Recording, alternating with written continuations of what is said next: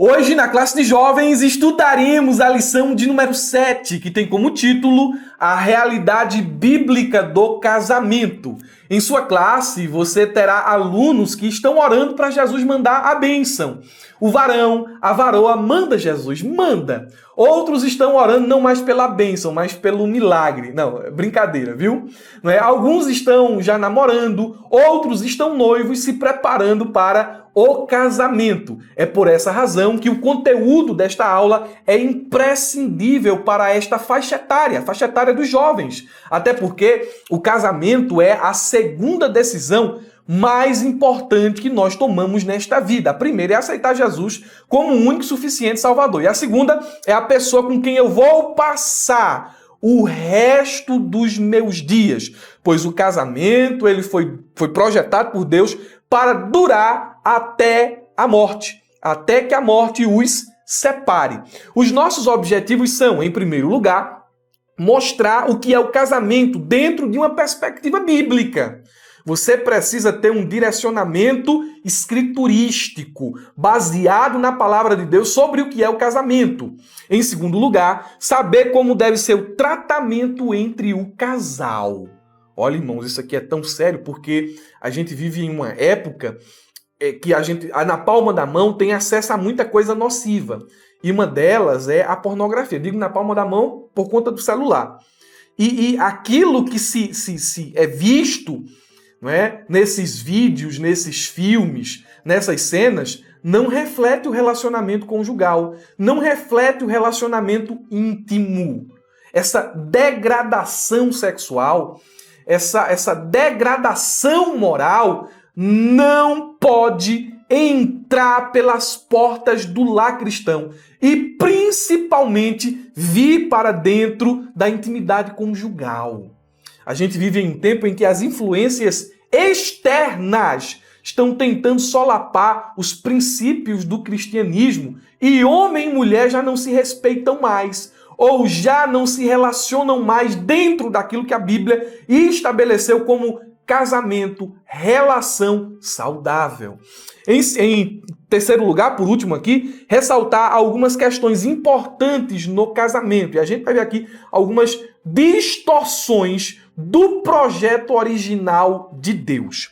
Vamos começar os nossos comentários pelo texto principal, que nos diz: portanto, o que Deus ajuntou, não separe o homem. Marcos capítulo 10, versículo de número 9. Vamos colocar o texto em contexto e eu vou reler essa passagem na versão NVI, a partir do versículo de número 6, que diz: mas no princípio da criação, Deus os fez homem e mulher. São palavras de Jesus. Por esta razão, o homem deixará pai e mãe e se unirá à sua mulher, e os dois se tornarão uma só carne. Assim, já não são dois, mas sim uma só carne. Portanto, o que Deus uniu, ninguém separe. Jesus está quebrando, desfazendo os argumentos dos escribas e fariseus que se divorciavam de suas mulheres por qualquer motivo.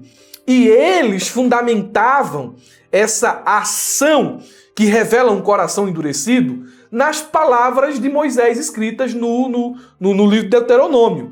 Aí o que é que Jesus faz? Jesus rebusca, né? Vai além de Moisés? Não. Moisés fez isso aí pela dureza do coração de vocês. Mas, no princípio, então ele remete à origem, ele remete ao livro do Gênesis. No princípio não era assim. O que o Criador estabeleceu é diferente do que vocês estão praticando. Ele evoca aqui nessa passagem de Marcos, capítulo 10, versículo 6 ao 9, duas passagens de Gênesis. A primeira está em Gênesis 1, 26 e 27, e a segunda em Gênesis 2 e 24. Então Jesus está estabelecendo quais são os princípios de Deus para a vida conjugal. Ele está corrigindo o pensamento errado de seus dias. Nós queremos já de início trazer uma definição muito bíblica do que é casamento. Guarde essa definição porque ela é a definição mais importante desta aula. O casamento é uma aliança. A gente poderia gastar tempo falando sobre aliança. É uma aliança heterossexual. Então, o casamento, ele é heterossexual e não homossexual. Ele é heterossexual, é uma aliança exclusiva. Veja, a questão da exclusividade não permite uma amante, não permite dois esposos ou duas esposas ou mais. Então, recapitulando, casamento é uma aliança heterossexual exclusiva entre um homem e uma mulher, ordenada e selada por Deus, precedida por um deixar público dos pais, consumada na união sexual, resultando numa parceria permanente e mútua e normalmente coroada pelo dom de filhos. Eu digo normalmente coroada porque há homens que são estéreis, não podem gerar, mulheres também, muitas mulheres têm esse problema, não podem gerar, e quando isso acontece, o casal opta por outra forma de ter filho, seja por adoção, mas eles não podem gerar. Então, o casamento pode ser definido nessa frase aqui que acabei de mencionar. Alguns princípios, algumas implicações emanam dela. Primeiro, o casamento foi criado e estabelecido por Deus. Portanto, quem define o que é casamento e como ele deve funcionar não é a mídia, não são os artistas, não é a cultura ou o Estado. É Deus. Deus é o criador, é o autor do casamento. Então, você quer saber como de fato o casamento deve acontecer, deve funcionar, quais são os procedimentos, os princípios, qual é o papel do homem, o papel da mulher, como eles se relacionam, qual o propósito, quais as bênçãos. Você olha para as escrituras. Você não vai para a novela, você não vai para as séries, você não vai para o costume do mundo, não, você olha para a Bíblia. Em segundo lugar, o casamento foi planejado para não acabar. O casamento foi projetado para ser indissolúvel. Em terceiro lugar, o casamento é fruto do coração amoroso de Deus. Já o divórcio é fruto do coração endurecido do homem. E em quarto lugar, o homem e a mulher deixam pai e mãe para se unirem matrimonialmente, mas não podem deixar um ao outro. São implicações que emanam da definição que acabei de trazer. O resumo da lição nos diz: o casamento é uma bênção planejada por Deus para o homem e para a mulher.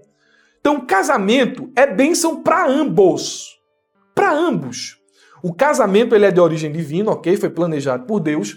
Deus é o seu idealizador. E dentro daquilo que ele planejou para o casamento, estão incluídas várias bênçãos, como diversidade e complementaridade. É um casal. Não é? O homem e a mulher são diferentes, mas mesmo no meio dessa diversidade há complementaridade. Filhos e família, crescimento e santificação, companheirismo e parceria, unidade e intimidade, alegria e realização. São bênçãos que Deus destinou para aqueles que se casam. Nós vamos aqui destacar uma delas mais à frente. Vamos aos pontos da nossa lição. Antes eu queria pedir aos meus irmãos que estão me assistindo por meio do YouTube que não passem por esse vídeo sem deixar o seu like, sem se inscrever no canal, sem ativar o sininho para receber as notificações e comentar. Irmão, comenta qualquer coisa aqui embaixo. Isso gera engajamento e o nosso conteúdo ele é indicado para mais pessoas. De forma recíproca, né? Já que você compartilhou, comentou, deixou o like, o subsídio que eu estou utilizando aqui como roteiro para essa aula está disponível aqui embaixo em um link azul, certo? Conto com a sua colaboração. Aos meus irmãos que estão me assistindo através da plataforma da Ferramenta EBD, vocês são patrocinadores desse trabalho aqui no YouTube. O trabalho no YouTube acontece por causa de vocês. E os irmãos da Ferramenta recebem material exclusivo. Quem está me assistindo pela plataforma da Ferramenta sabe que aqui embaixo, além do subsídio, tem dinâmica, fluxograma, infográfico, slide profissional, trabalhado no detalhe, material de marketing e divulgação, como locução profissional, feita por um profissional da área, um motion para você divulgar, artes bem trabalhadas para você envolver seus alunos durante todos os dias da semana, sem contar nos cursos de capacitação. Então a Ferramenta EBD é bênção de Deus para você. E o custo é simbólico. O acesso da ferramenta para um ano de acesso, toda semana recebendo material exclusivo, custa o preço de uma pizza e de uma Coca-Cola. Então, você não pode ficar de fora, certo? Seja aluno assinante da ferramenta, se você ainda não foi. Mas Murilo, como é que eu faço? O link está na descrição do vídeo. Agora vamos para a aula, vamos seguir nossa aula aqui, né? O primeiro ponto nos diz, o que é o casamento? O que é o casamento? É um ponto de definição, é um ponto de conceituação. Tanto que o primeiro subponto nos diz uma definição. E nós temos aí o texto do comentarista que diz: o casamento pode ser definido como a união entre um homem e uma mulher que decidem formar uma família, apoiando-se mutuamente e demonstrando amor e respeito um pelo outro por meio de um acordo perante Deus e a sociedade. Então, é a união de um homem e de uma mulher que decidem formar uma família. Isso aqui é o ABC de quem, escute, de quem é crente e pede orientação quando vai namorar. Ó, irmão, estou interessado naquela jovem, estou interessado naquele jovem, tal, a gente está orando, está conversando, está se conhecendo. Ok. Agora tenha em mente que quem não namora para casar, namora para pecar. Você tem condições de casar, você tem esse objetivo em mente, porque se você não tiver esse objetivo em mente, não se relacione com aquela moça. Não se relacione com aquele moço, ok? Os pais que estão me assistindo aqui, né, professores que são pais, escutem esse conselho. Se seu filho não namora com o objetivo de casar, ele vai namorar para pecar. Você não pode ser conivente com isso. Ah, meu filho tem 14 anos, tem 12 anos, tem 15 anos. Eu particularmente acho que não é o tempo. Hoje a gente está vivendo em uma sociedade onde as coisas estão ganhando uma celeridade incrível, né? Meninas de 12, de 11, de 10 anos já não são mais virgens, igualmente para os rapazes. E isso é um problema, não é? Isso lá fora, não pode entrar dentro da igreja. Então, se teu filho tem 15 anos, o normal é que teu filho se aplique aos estudos, porque o adolescente, ele vai se preparar ali no estudo, vai se formar, vai buscar uma faculdade. O jovem já tem outra mentalidade. O jovem está ali entre 17, 18, não é? Então ele já tem uma mentalidade mais madura, já sabe ali, já não sei se está trabalhando, vai se formar.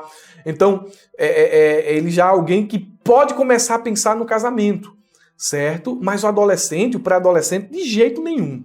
Então os pais tenham isso em mente. Quem não namora para casar, namora para pecar. Reiteramos que a palavra de Deus requer que essa união seja feita entre um homem e uma mulher, pois tal perspectiva vem da própria criação divina, que fez um homem e uma mulher, que fez um homem e uma mulher, para que se ajudassem e se complementassem. Sempre que há um casamento, ele é realizado com a presença de 3 participantes: Deus, o Criador, o homem e a mulher e os seres criados. Eu coloquei aqui no subsídio pontos complementares que vão te ajudar a ter uma ideia mais detalhada do que é o casamento e do que a Bíblia diz a respeito do casamento. Primeiro, o casamento é demonstração da graça imensurável de Deus, criado com o propósito de nos fazer experimentar um relacionamento de igualdade, amor, comunhão e complementaridade. Olha o que Deus diz em Gênesis 2,18. O Senhor disse: não é bom que o homem esteja sozinho. Farei alguém que o ajude e o complete. É a tradução NVT. Muito completa essa tradução. O casamento é uma prática, em segundo lugar, é uma prática fundamentada nas Escrituras e não existiria a parte delas. Não. Você sabia disso? Por que não existiria a parte delas? Porque foi o próprio Deus quem celebrou o primeiro casamento, quando no princípio criou o homem e a mulher e estabeleceu as regras para que ambos se unissem. Portanto, deixará o homem, não é o menino, não é a criança, não é o adolescente, é o homem. E aqui nós temos a ideia de maturidade, a seu pai e a sua mãe, e unir-se à sua mulher. Não é a moleca, não é a guria, é a mulher. Aqui fala de maturidade. E serão uma só carne. Nós também devemos entender que o casamento, ele é para durar a vida toda. Então, antes de tudo, casar é um ato de fé. Por que eu digo que é um ato de fé? Porque 2 pessoas pecadoras estão vivendo agora debaixo do mesmo teto e elas estão seguindo agora os princípios bíblicos e seguindo os princípios bíblicos vão suportar uma a outra, amar uma a outra, perdoar uma a outra e viver juntas até que a morte os separe. Então isso exige dedicação, existe renúncia, vai existir luta, vai lhe exigir esforço, mas não é? O casamento, quando acontece dentro da vontade de Deus, é algo maravilhoso, é algo lindo. O nosso ponto de número 2, subponto, digo, Deus e o casamento. Presta atenção como o comentarista ele seleciona esse texto bíblico e o que é que ele quer passar para nós professores e, consequentemente, para os alunos em classe. O profeta Malaquias, em seus dias, retratou uma realidade vergonhosa entre os seus contemporâneos. Os homens traziam suas ofertas e se derramavam em lágrimas diante de Deus, mas o Eterno os rejeitava. E você sabe qual é o motivo da rejeição de Deus para os homens do povo? O texto bíblico diz: porque o Senhor foi testemunha entre ti e a mulher da tua mocidade, com a qual tu foste desleal, sendo ela a tua companheira e a mulher do teu concerto. Aparentemente, os homens estavam se divorciando de suas esposas e se casando com mulheres mais novas. E isso foi abominação diante do Senhor. Não adianta uma pessoa casada ser desleal com seu cônjuge e tentar se achegar a Deus seguindo os protocolos do culto, como se isso fosse lhe garantir a bênção divina. Deus e o casamento. Sabe o que é que esse texto aqui está dizendo? Que o casamento é uma coisa tão séria, que Deus é a testemunha principal dele. Hoje, quando o pessoal vai se casar, né? Os noivos vão se casar, eles costumam chamar, né, os nubentes, né? Os nubentes vão se casar, os noivos, eles chamam testemunhas. As testemunhas do noivo, as testemunhas da noiva. E na maioria das vezes isso não passa de uma mera convenção social. Porque quando termina a cerimônia, aquelas testemunhas vão embora e não estão mais nem aí, não é? A festa acabou, se teve comida ou não, vão falar se teve comida ou não, se teve muita comida, vão falar, se teve pouca, vão falar. Então, acabou ali, mera convenção social. Mas tem uma testemunha que vai acompanhar os cônjuges em todos os detalhes até o fim. E essa testemunha é Deus. Sabe o que é que Isaías, ou melhor, Malaquias está dizendo aqui ao povo? Ele está dizendo o seguinte: sabe por que é que Deus não ouve a oração de vocês? Sabe por que é que Deus reprova o culto que vocês oferecem? Porque vocês estão sendo desleais. Quem foi que disse isso a Deus? Deus é testemunha entre vocês e a mulher da mocidade de vocês. Ele está acompanhando aquilo que se passa no vosso coração, aquilo que acontece no vosso viver diário. Ele vê tudo. E porque vocês são infiéis, vocês são rejeitados. Então, meus irmãos, casamento é coisa séria. Tem gente que se casa e pensa assim: se não der certo eu separo. Ou se casa por emoção, se casa por aparência. Escute, Deus leva o casamento a sério. Deus é o arquiteto, é o fundador e o sustentador do casamento. Ok? Subponto 3 diz: a bênção de Deus para aqueles que se casam. A lição nos fala: da união do primeiro casal, Adão e Eva, propagou-se a humanidade. A palavra de Deus fala que Adão e Eva tiveram 2 filhos, Caim e Abel. Esse foi o sinal da bênção de Deus para o primeiro casal, ou seja, poder manter a perpetuação da família por meio de descendentes. Olha, irmãos, o texto bíblico, ele é muito preciso, muito cirúrgico quanto a essa perspectiva de que uma das bênçãos de Deus no casamento é a geração de filhos. Gênesis 1, 27 e 28 nos diz: assim Deus criou o ser humano, a sua imagem, a imagem de Deus o criou, homem e mulher os criou, e Deus os abençoou. Olha o que o texto diz aqui no início do versículo 28. E Deus os abençoou. Deus estendeu o seu favor, Deus estendeu a sua mão, Deus foi benevolente. Deus os abençoou. Como? Quando lhes disse: sejam fecundos. Olha a bênção de Deus. E multipliquem-se, encham a terra e sujeitem-na. Tenham domínio sobre os peixes do mar, sobre as aves do céu e sobre todo animal que rasteja pela terra. A bênção, ela é muito maior do que a fecundação, do que ser frutífero, do que gerar, do que ter filho, do que construir família. Ela se estende a domínio, se estende aquelas bênçãos que eu mencionei no resumo da lição. Mas eu queria focar aqui especificamente na questão dessa bênção de Deus voltada à questão do gerar, do ter filhos. Meus irmãos, filho é bênção. Tem gente que olha para filho como despesa, porque filho é só despesa, porque olha só dificuldade. Aí tem mulheres que não querem ter filhos porque não querem, vai acabar com o meu corpo. E por isso. E às vezes por questões egoístas ou por seguir filosofias terríveis como a do feminismo, elas não querem gerar.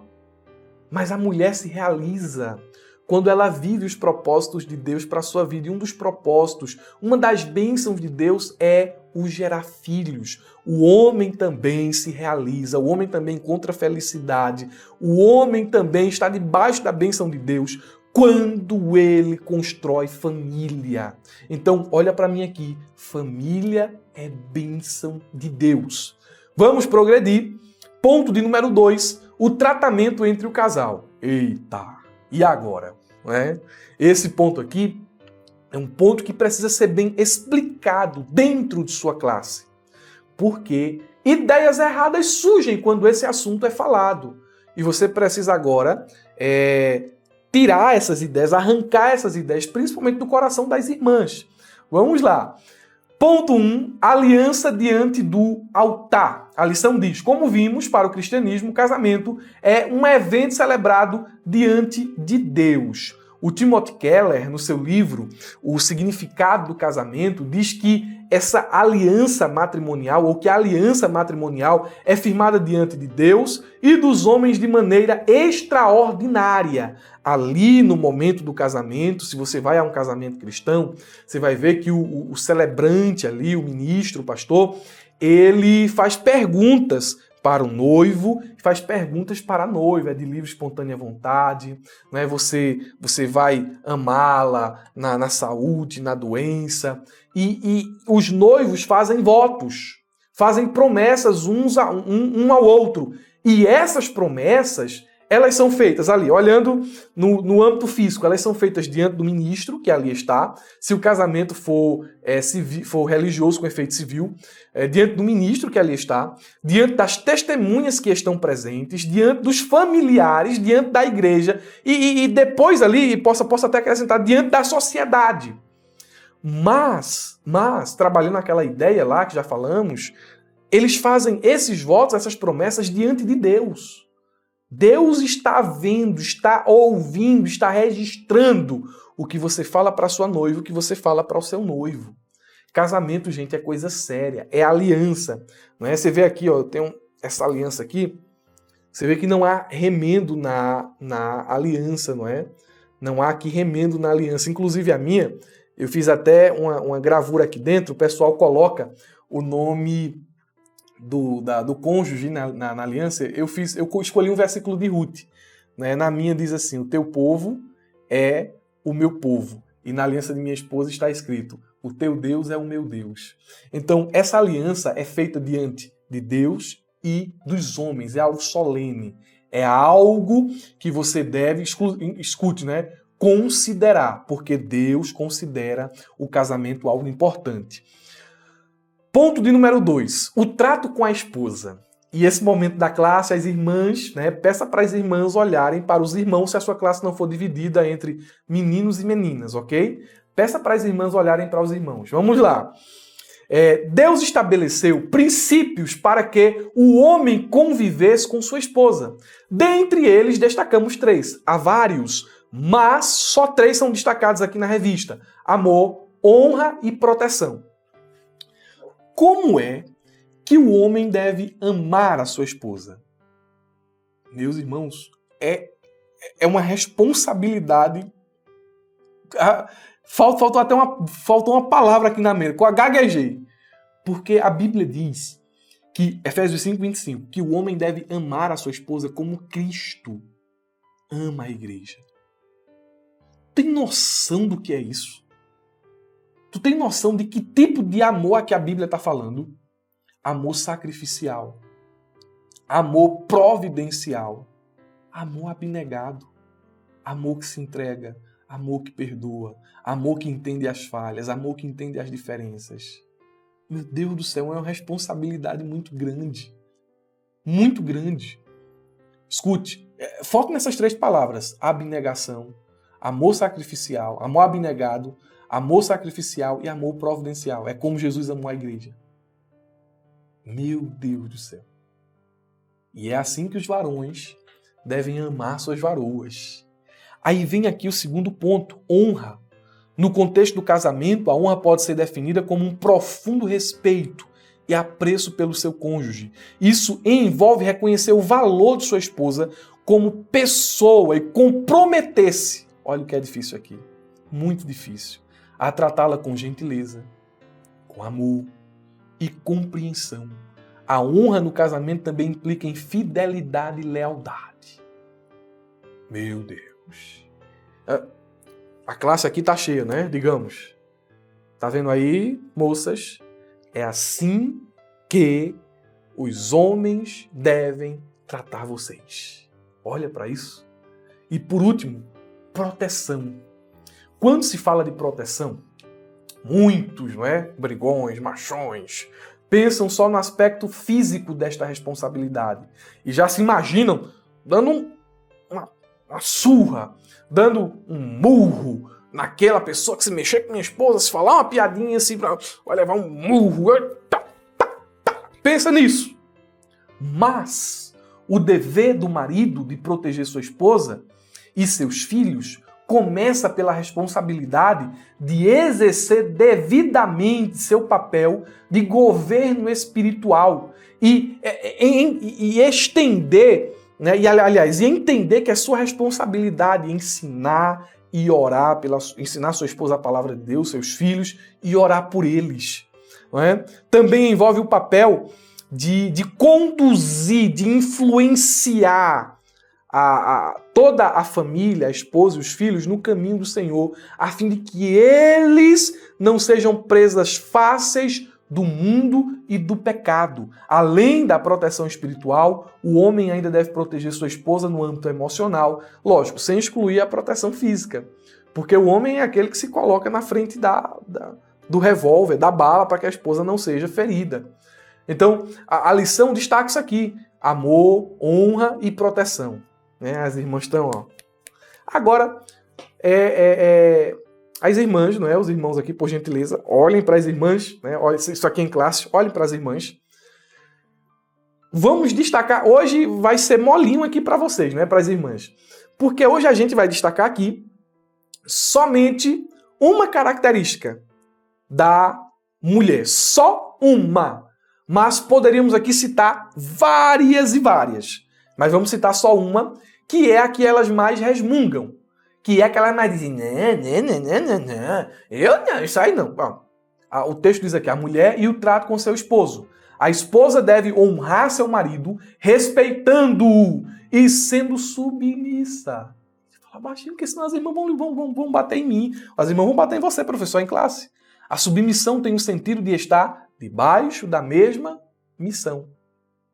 Olha, irmãs, ser submissa, respeitar seu marido como cabeça da casa, porque tem irmã que quer mandar no marido, que quer gritar no marido, que quer que dentro de casa faz e acontece. Não. Dentro de casa quem tem o governo é ele. Mas eu não aceito isso. Mas então você está dizendo que não aceita o que a Bíblia fala. Ele é quem tem o governo. Agora ele deve exercer esse governo em amor, lhe honrando e lhe protegendo. Aí preste atenção, tu vai ser submisso. Submissão não é subjugação. Subjugação está atrelada à humilhação, a distrato, a desprezo. Não. É você entender que a sua missão é a missão de seu marido.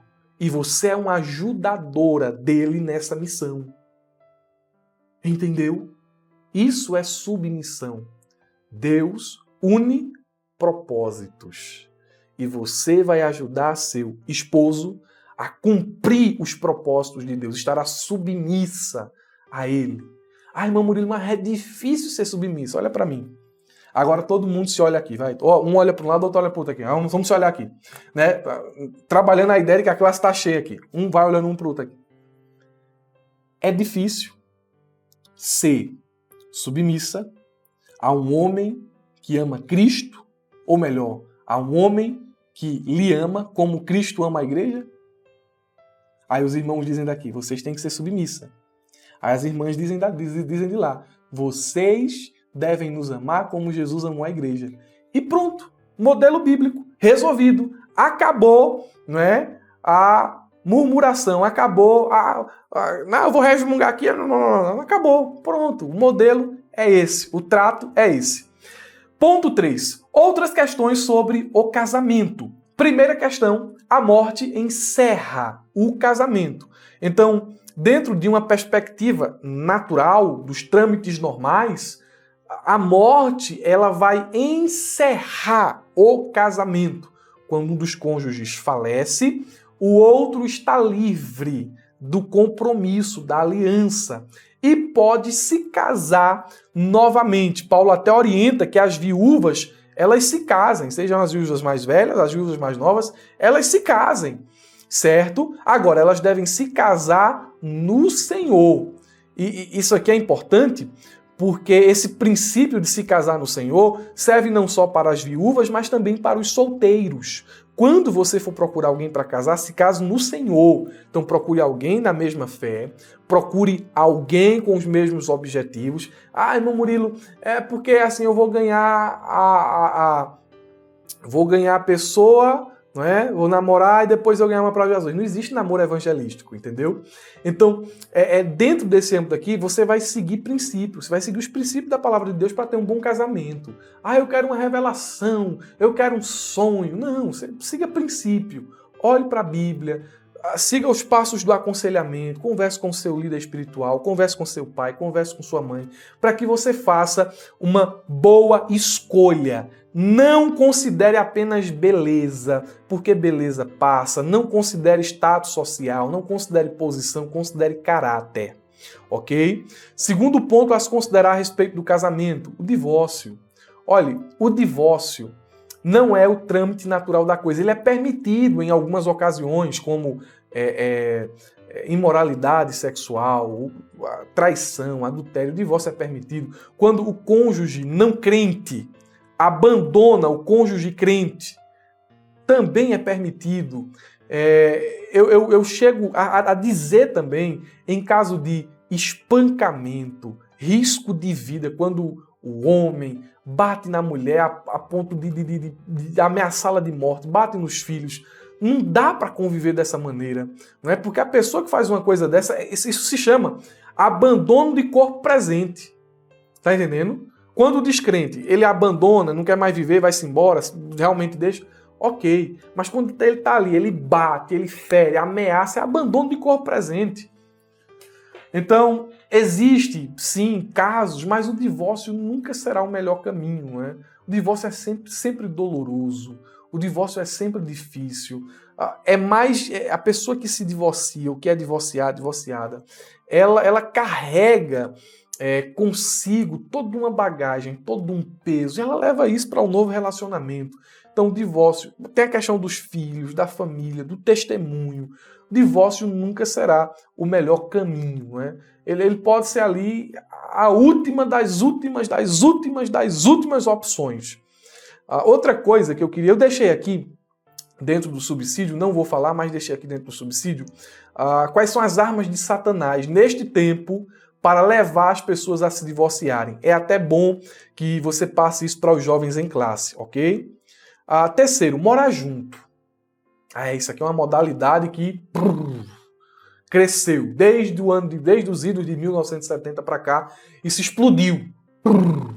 Morar junto significa viver em um mesmo espaço com marido e mulher, sem estar casados, inclusive tendo relações sexuais. Morar junto, amigo, é fornicação, é pecado, cai no pecado de imoralidade sexual. Mas a Bíblia não proíbe o ir morar junto, né? A Bíblia proíbe o sexo entre pessoas que não são casadas e chama isso de pecado. Então, morar junto é pecado, ok? Em quarto e último lugar, nós temos aqui a bigamia, a poligamia e o concubinato. Bigamia é o ato de contrair um novo casamento sem que o anterior tenha sido legalmente encerrado. É alguém que se casa com uma pessoa que está se divorciando, está cometendo adultério. Isso aqui a gente entende isso aqui como algo biblicamente é pecado, ok? Aí tem a poligamia, que é quando uma pessoa tem mais de um cônjuge ao mesmo tempo. Isso aqui também é uma loucura. Fundamentar, não é? Fundamentar isso aqui, achar fundamentação para poligamia na Bíblia é uma loucura, porque todos os casos de poligamia que a Bíblia apresenta, mesmo entre os homens de Deus, foi marcado por disputa, foi marcado por angústia, foi marcado por pecados, entendeu? Tanto que quando Jesus ele vai falar sobre casamento, ele não pega o exemplo de Abraão, ele não pega o exemplo de Jacó, ele não pega o exemplo de Davi, o exemplo de Salomão. Ele vai para as palavras do Criador. Portanto, deixará o homem a casa de seu pai, sua mãe, e unir-se-á a sua mulher, não as suas mulheres. Ok? Nós temos aqui também a questão do concubinato. Nos tempos bíblicos ocorria quando as mulheres eram compradas ou raptadas ou se tornavam prisioneiras de guerra e eram obrigadas a se tornar esposas de um homem já casado. No Brasil, o concubinato é a relação entre duas pessoas que não podem se casar por impedimento legal, tornando essa relação ilegítima. Qual é a conclusão disso aqui? Deus ele não promoveu nenhum desses modelos de relacionamento que acabei de mencionar. Desde a criação, o plano divino foi que o homem e a mulher demonstrassem amor e fidelidade um para com o outro, em uma relação heterossexual e monogâmica. Qualquer forma de relacionamento que se desvie desse plano original, seja bigamia, poligamia, concubinato, morar junto, que o pessoal fala muito aqui, amancebar, não é? Não está alinhado com a vontade de Deus. Vocês jovens que estão tendo a oportunidade de ouvir essa lição, não é? Vocês professores terão a oportunidade de ministrar essa aula, sejam incisivos, orem, vão no detalhe, tirem as dúvidas dos jovens, porque mais tarde eles vão agradecer vocês, ok? Quero, neste momento, dizer que estou muito feliz de tê-los até agora aqui, nesta pré-aula. Deus abençoe meus irmãos, tenham um ótimo final de semana, uma ótima aula de escola bíblica dominical e não se esqueça, abra a jaula!